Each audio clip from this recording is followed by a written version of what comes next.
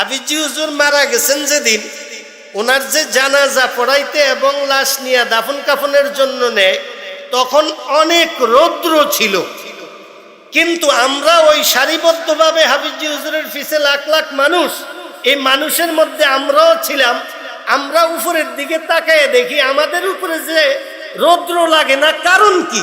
ছায়া দেখি যেই বরাবর মানুষ দাঁড়াইছে, হাফিজি হুজুরের লাশ থেকে নিয়ে সামনে এবং পিছনে পুরা আকাশ মেঘাচ্ছন্ন হয়ে রয়েছে, আর হাফিজি হুজুরের ছায়া দিয়ে নিতে আসে। আমাদের দেশে একজন হুজুর ছিলেন, হযরত হাফিজি হুজুর রহমতুল্লাহ আলাইহি। আপনাদের এই মাদ্রাসার নাম জামিয়া মুহাম্মদিয়া। হাফিজি হুজুরের নামও ঘটনাক্রমে মুহাম্মদুল্লাহ ছিল। এই মুহাম্মদুল্লাহ নামে লোকটাকে খুব কম মানুষে চিনে।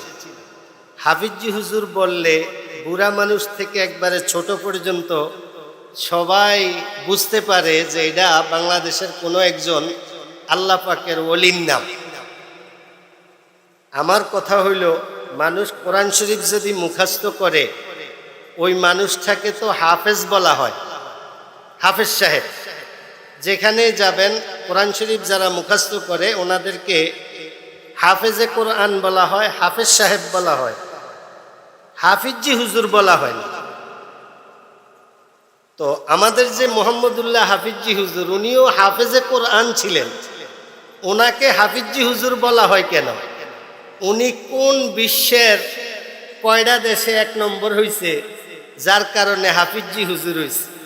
আর এই নাম যে হাফিজি হুজুর, এটা বিশ্বের কত নম্বর নাম, এটাও আমগো জানা দরকার আছে। হাফিজি হুজুর ওনার জীবদ্দশায় জীবনে কোনো প্রতিযোগিতায় অংশগ্রহণ করেন নাই,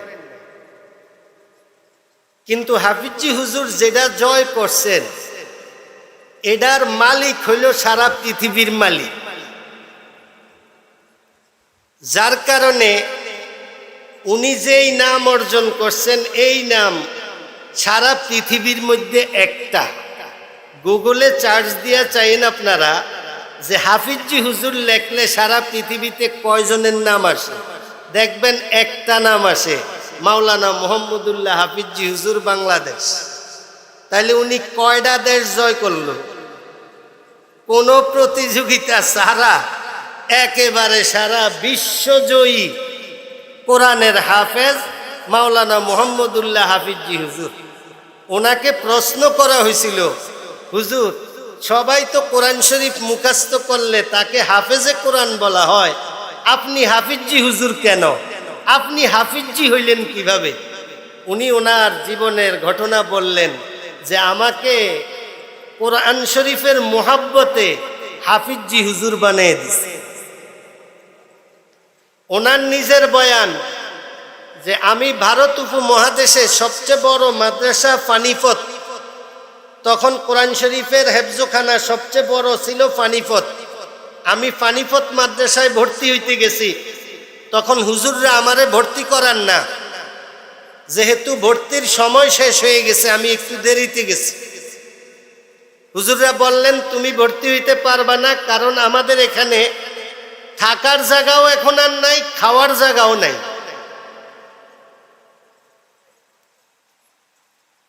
তখন হাফিজি হুজুর বললেন, হুজুর আপনারা আমার ভর্তিটা নেন, থাকা খাওয়ার ব্যবস্থা আল্লাহ পাক একভাবে করব, এটা আমি চেষ্টা করবো অন্যভাবে।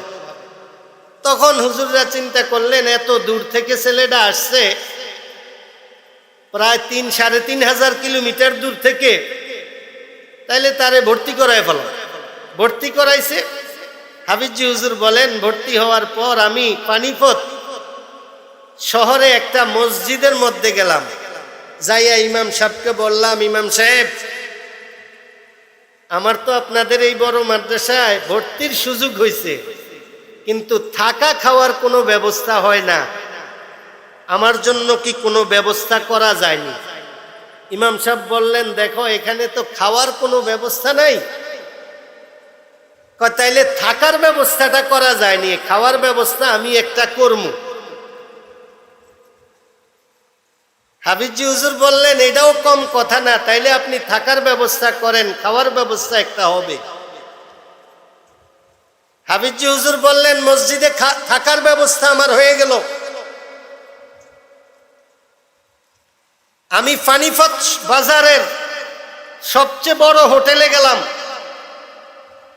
হোটেলে যাইয়া দেখি ক্যাশের মধ্যে একজন লোক বসা। আমি দোকানের লোকদেরকে জিজ্ঞাসা করলাম, উনি কি মালিক নাকি? লোকেরা বলল, উনি মালিক না, মালিক তো রাত্রে এশার নামাজের পরে আসে ক্যাশে। হাফিজি হুজুর আবার এশার নামাজের পরে ওই দোকানে গেলেন। যাওয়ার পর দাঁড়ায় রইছে। মালিক এক পর্যায়ে বুঝতে পারছে ছেলেটা মনে হয় আমার কাছে আসছে। আর এটা তো এক বড় চেহারাওয়ালা মানুষ, যেই মানুষটা সারা পৃথিবীতে একজন হবে। এই মানুষটা কি আমাদের মতো মানুষ? এটা সারা পৃথিবীতে দেখতো একরকম ছিল, যেটা মানুষের দিল কারা ছিল। মালিক ডাক দিল, এদিকে আসো, কি চাও? বলছে, আমি আপনাদের এই বড় মাদ্রাসায় ভর্তি হয়েছি। মাদ্রাসা থেকে থাকা খাওয়া দেয় না, আপনাদের অমুক মসজিদে আমার থাকার ব্যবস্থা হয়েছে, খাওয়ার কোনো ব্যবস্থা নাই। মালিক, আমি আপনার এখানে আমার খাওয়ার ব্যবস্থার জন্য আসছি। কয়, তাইলে বলো আমি তোমার জন্য কি করতে পারি? হাফিজি হুজুর বললেন, মালিক, আপনি আমাকে কোনো আল্লাহর ওয়াস্তে খানা দিতে হবে না। সারাদিন যে আপনার দোকান চলবে, দোকানের যে হান্ডি পাতিল ধোয়া ছাড়া থাকবো, আমি প্রতিদিন এশার পরে আইসা আপনাদের এই হান্ডি পাতিলগুলা ধুয়ে দিমু, এর বিনিময়ে আপনি আমাকে খানা দিয়েন। মালিক বললেন, ঠিক আছে, যাও, অসুবিধা নাই, তুমি আইসো। হাফিজি হুজুর বলেন, আমি প্রতিদিন সারাদিন পড়ি, এশার নামাজ পড়িয়া ওই হোটেলে চলে যাই। যাইয়া আমি তার সারা দিনের আধোয়া প্লেট বাড়ি হান্ডি পাতিল সব আমি ধুয়ে দেই। আসার সময় মালিক আমারে 2টা রুটি দেয়। একটা রুটি সকালে খাই, একটা রুটি সন্ধ্যায় খাই। এইভাবে আমার কোরআন শরীফ মুখস্থ করার কাজ চলে। অল্প কিছুদিনের মধ্যে পরীক্ষা হইল, হুজুরে মাদ্রাসার মধ্যে 1 নম্বর হয়ে গেছে। এখন হুজুররা সব বাইরের সব ছাত্র একদিকে, মোহাম্মদুল্লাহ আরেক দিকে। যার এর মাদ্রাসায় আগে ঢুকাও, অন্যটি পরে দেখতে আসি। বুঝেন না, ভালো ছাত্রকে একটা দাম থাকে সব জায়গায়। আর এটা সারা পৃথিবীতে হইব একজন, এটার আকর্ষণে তো অন্যরকম।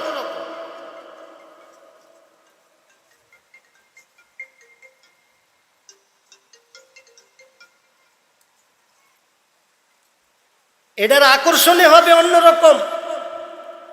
উনি মাদ্রাসায় থাকার খাওয়ার ব্যবস্থা হয়ে গেল অল্প কিছু দিনে।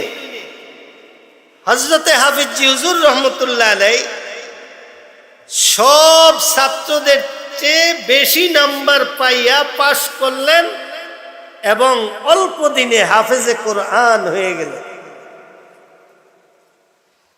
তখন ওই পানিপথের সব হুজুররা একত্রিত হইয়া ওনাকে ডাকলো, মুহাম্মদুল্লাহ, এদিকে আসো, তুমি এত অল্প দিনে হাফেজে কোরআন হইলা এবং তোমার যা দেখলাম, তোমার মতো তো আরেকজন মুখস্থ করা কোরআন শরীফ কোরআন মুখস্থ করছে, এরকম আরেকজন এখানে নাই। কোন ক্ষেত্রেই তোমার মতো আরেকজন নাই। তখন হুজুররা বলছেন, আরে মুহাম্মদুল্লাহ, তুম তো হাফেজ নেহি হো, তুম হাফিজি হো। তখন হাফিজি হুজুর রহমতুল্লাহ আলাইহি বলেন, আমি ছাত্র জমানায় হইলাম হাফিজি, দেওবন্দে গেলাম হাফিজি, হযরত আশরাফ আলী থানভী রহমতুল্লাহ আলাইহির দরবারে গেলাম, ওখানেও হাফিজি, বাংলাদেশে আসলাম হাফিজি। পৃথিবীর খুব কম রাষ্ট্র আছে যেখানে আল্লাহ আমাকে নেয় না। পৃথিবীর যেখানে গেছি ওখানেই আমি হাফিজি হাফিজি। এখন পৃথিবী আমাকে হাফিজি হিসাবে চিনে। এখন এর পুরস্কার দেন। কি পুরস্কার দিবেন হাফিজিকে? বেশি দিন আগের কথা না, আমার সাথে এখানে লোক আছে স্টেজেই বসা। কয়েকদিন আগে আমি বিরিয়ানি খাওয়ার জন্য, প্রায় 6-7 মাস হয়ে গেছে, ঢাকার এক জায়গায়, সিদ্দিক বাজারনি কোন জায়গায় যে গেলাম, বিরিয়ানির দোকানগুলা কোন জায়গায় আছে বিরিয়ানি, নাজিরা বাজার, ওখানে গেছি। তো ৩-৪ জন মানুষ, অন্য মানুষ, দিনমজুর আমাদের পাশে খাইতে বসছে। কথায় কথায় তারা কামরাঙ্গীর চরের কথা বলছে। তখন আমার মনের মধ্যে আইলো, আরে হাফিজি হুজুরের জায়গায় না কামরাঙ্গীর চর। হাফিজি হুজুর সম্পর্কে তাদেরকে কিছু জিজ্ঞাসা করুন। তখন আমি ওই লোকটিকে আমাদের কাছে আইনা খানা খাইতে বললাম, বসেন এখানে খান, খানা খায় আমাদের সাথে।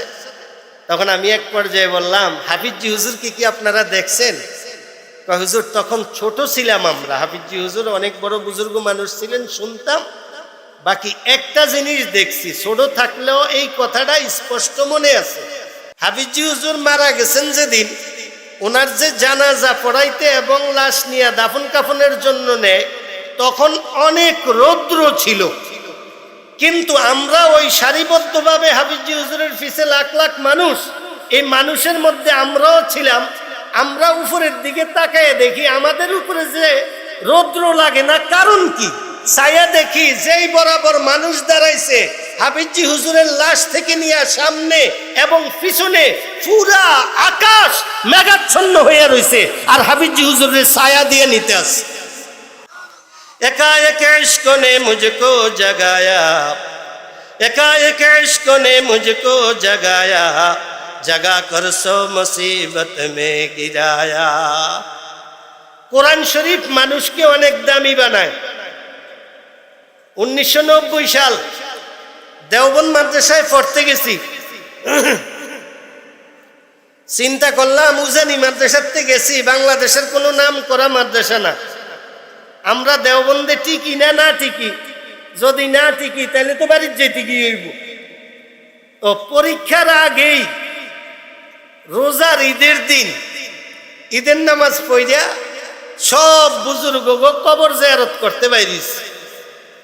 এই তালিকায় ছিলেন হযরত আব্দুল কুদ্দুস গাঙ্গুহি রহমতুল্লাহ আলাই, হযরত রশিদ আহমদ গাঙ্গুহি রহমতুল্লাহ আলাই, হযরত আশরাফ আলী থানভী রহমতুল্লাহ আলাই।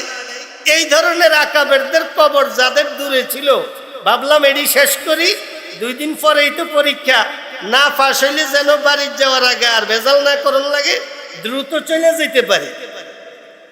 থানা ভবন গেছি, রাত্র হয়ে গেছে। আশরাফ আলী থানভী রহমতুল্লাহ আলাইর ওখানে রাত্র করে আর আসার সুযোগ নেই। ওনার ওখানে মেহমানদারির নিয়ম আছে, গেছি, এরা আমাদেরকে মেহমানখানায় রেখে দিছে। সকালবেলা আমরা বললাম, আশরাফ আলী থানভী রহমতুল্লাহ আলাইর কবর জিয়ারত করব, তো ওনার কবরটা কোন জায়গায়? আমাদেরকে একজনে একটা জঙ্গল দেখাই দিল, যে এই জঙ্গলের ভিতরে। জঙ্গলে আমরা ঢুকলাম, কবর তালাশ করতেছি, কবর তো পাই না। হঠাৎ একজন বৃদ্ধ মানুষ পাইলাম ওই জঙ্গলে। ওনারে জিজ্ঞাসা করলাম, হাফিজি হুজুরের কবর কোথায়? কই যে আমার সাথে আসো, এই যে এটা হযরত আশরাফ আলী থানভী রহমতুল্লাহ আলাইহির কবর। কোথায়? বললাম আমার সাথে আসো, এই যে এটা হযরত আশরাফ আলীর কবর। আমরা জিয়ারত করে আসতে লইছি। ওই বুড়া মানুষটা বলল, আরে ভাই तुम लोग मोहम्मदुल्लाह को जानते हो? তা আমি তো আর মোহাম্মদুল্লাহকে জানি না, হাফিজি হুজুরের নাম যে মোহাম্মদুল্লাহ এটা তো জানি না। আমার এক ফুফাতো ভাই আছিল, পিছেতে আমারে বলতেছে, আরে হেতেশাম, মোহাম্মদুল্লাহ আমাদের হাফিজি হুজুরকে বলে। পরে আমি পিছেতে কইলাম, হ্যাঁ जानता हूं। पर कहे उनको बांग्लादेश और जहां भी जाओ उनको हाफिज जी कहते हैं। पर আমি বললাম, হ্যাঁ চিনি। কেন? তার গরদানটা এরকম বেকা দেখছো তুমি? আমি কে, হ্যাঁ আমি হাফিজি হুজুরকে জীবনে একবারই দেখছি। উজানি মাদ্রাসায় উনি গেছিলেন, ওনার বয়ান করার আগে উনি যে স্টেজে উঠতেছিলেন, তখন ওনাকে নজর করছি, ওনার গরদান এইভাবে বেকা ছিল। ওনার গরদান বেকা ছিল কেন? উনি কি জন্ম থেকে বেকা না পরে বেকা হইছে? আমি কি এটা তো আর জানি না। তখন ওই লোকটা বলল, হযরত আশরাফ আলী থানভী দরবারে হাফিজি আসার পর যত বৎসর এখানে ছিল, প্রতি রাত্রে যখন গভীর হয়ে যাইত, এই জঙ্গলে ঢুকে যাইতো, সারা রাত্র এই জঙ্গলে দাঁড়াইয়া নামাজ পড়তো, আর নামাজের মধ্যে সে কোরআন খতম করত। এই কোরআন শরীফ খতম করতে করতে আর দাঁড়ায় থাকতে থাকতে তার গর্দান এইভাবে বেঁকা হয়ে গেছে। আমার ভাইয়েরা, এরা 111 জয়ী না, এরা বিশ্ব জয়ী না, এরা দু জাহান জয়ী।